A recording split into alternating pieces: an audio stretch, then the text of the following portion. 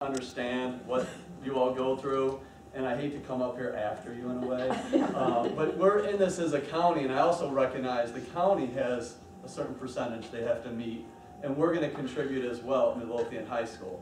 And we also have our subgroups and our GAT groups, and when we look at that, we're right there in the same boat with that GAT group where a student with disabilities could move us by 2-3 percentages, one student. So we're aware of that, and we have stolen a lot of strategies from the groups that have already spoken. But we looked at quantitative and qualitative data when trying to determine what tier students are at. You try to capture as many as possible with your working with counselors and your admin team. But then after looking at the business objects report that I'll reference in a second, and then running star-based attendance reports, absences and tardies, grade reports, and discipline reports, you do have students that will then fall into the tier 3 and above. The qualitative data is just as important. We have O-Tiger team, as others have called it. And in addition, we do have, they're not on the team that meets all the time, as frequently as every other week, but we do involve the social worker and the psychologist as needed, like other schools. But it's primarily an assistant principal, school counseling coordinator, success teacher, and ASE. Counseling in office and admin, extenuating circumstances. We make referrals, and then of course teacher referrals. The faculty will often refer students consistently throughout the year based on our criterion for care, grades, affect, personality, attendance, and concerns. Thank you. This is the report I was referencing. I know it's hard to read from where you are, and I'm assuming we'll probably share this, the slideshow, or electronically, because that would probably be the best way with the links and the report that's hard to read for those of you in the back more. But this is through business objects. If you haven't gone and looked yet, the O-Tiger reports that are available, there's 2 of them. One is for identifying students and looking at data the prior year, and that comes in really handy when you're trying to identify students coming in as freshmen. Whether you have a success program or not, when you can identify students in 8th grade based on the data that you look at, and you can sort this and manipulate it, it has input controls, so you can just bump up that number of absences as your minimum criteria, and you'll see students slowly disappearing.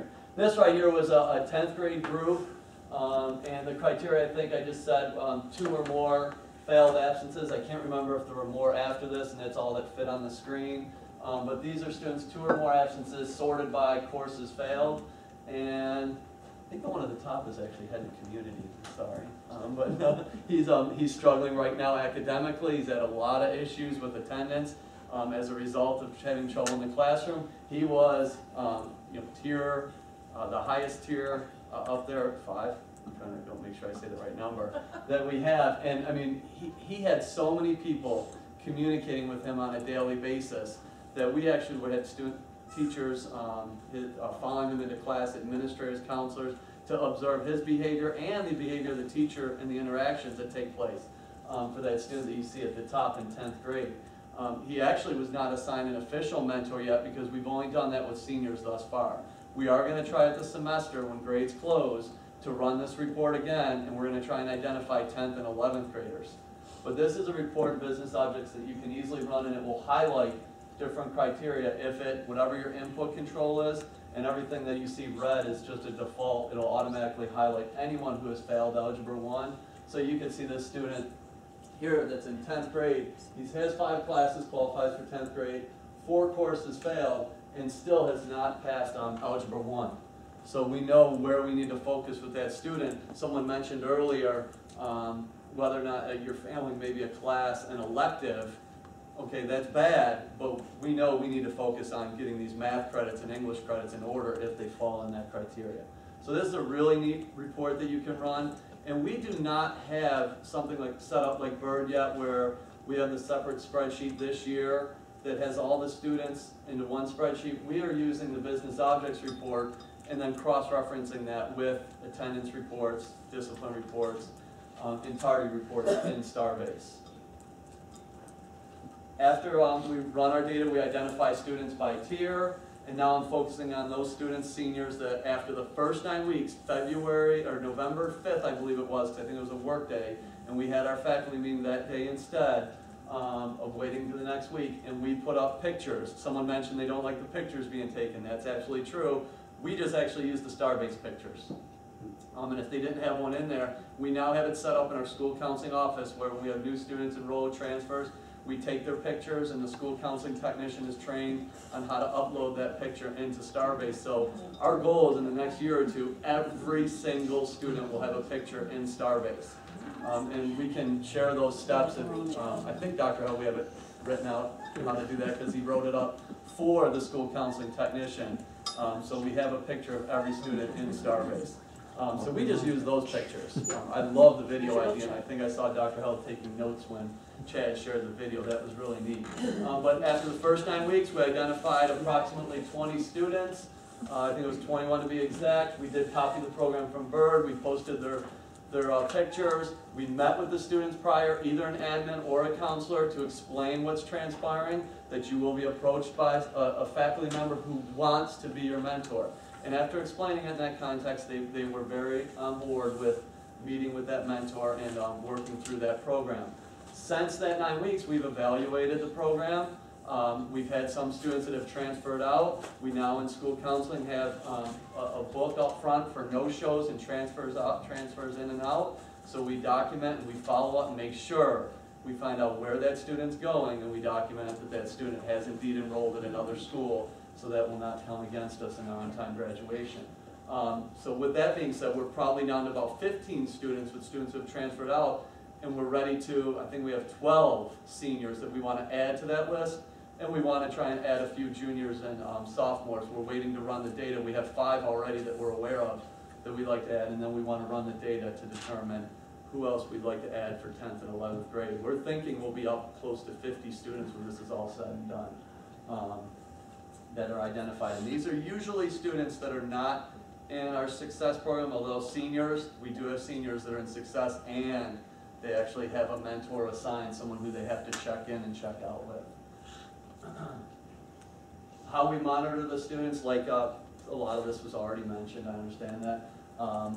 We have the students check in, check out with the mentor. Some use email and a system texting with the students. Some have the old-fashioned, we have a paper document for checking in and checking out, and then they have to share the information with Dr. Hell when they meet on a monthly basis. The Tiger team meets every other week, but the mentors meet with Dr. Hell and other members of the committee monthly once we started this program November 5th. So they will give feedback then. Just right now I can pull up on my phone, we had a teacher in the building who emailed this morning who's really concerned about her mentee. She's a senior, and she shared, I need help, I need someone else to maybe talk to her. She's starting to slip up. She thinks she's a rock band groupie, and she was out till 3 in the morning last night and shared a lot of information like that. So it's neat because I didn't notice the initials of the student in the subject line, but I leaned over to Dr. Hell and said, she's talking about Caitlin, right? And then he said, yeah, do you see the KB? And I was like, no. So we do have that going on. We evaluate the relationship, and I'm sure the other schools do this. I don't know, I didn't hear it mentioned, but there are a few that are not working out. We did have a teacher who volunteered right away, saw a Hispanic student. She's Hispanic, thought it would be a really good relationship, and it's not working out. We want to give her an opportunity to do this again, but not with that senior student. So we've evaluated that and we've reassigned. I don't know, we have not reassigned yet. We are going to reassign at the semester. And then, sorry, at the bottom, the quarterly grade distribution, I'm going to show that right here. Our success program, and even our ISD monitor, we're lucky. They all share data all the time. Every 9 weeks, our success monitor will put out data to try and show support for his program, but then also we'll talk about, well, let's focus on this 7% at the bottom that are failing. But the 9th graders coming in, he showed where they were in 8th grade, where we have them now in 9th grade, and these are supposed to be your students that are at risk in the building. And then we do have an upperclassmen success program, and he tracks data for those as well. Sure. We did put out a tardy video. Dr. Hell leaned over and said, I would kill to have Chad's equipment that they have at Meadowbrook. I'm really impressed by their videos. It's a little more iPhone type video, but we did copy the video. If you saw at the beginning of the year, the discipline training, we did one for our school to show students the expectations for tardies, because I think that's something that's an issue at all schools, getting kids to school on time and then getting them to classes on time. So there's outcomes, what we have going on right now. Any questions if there's time, or at the end I think we'll leave. Okay. Thank you very much. Thank you so much.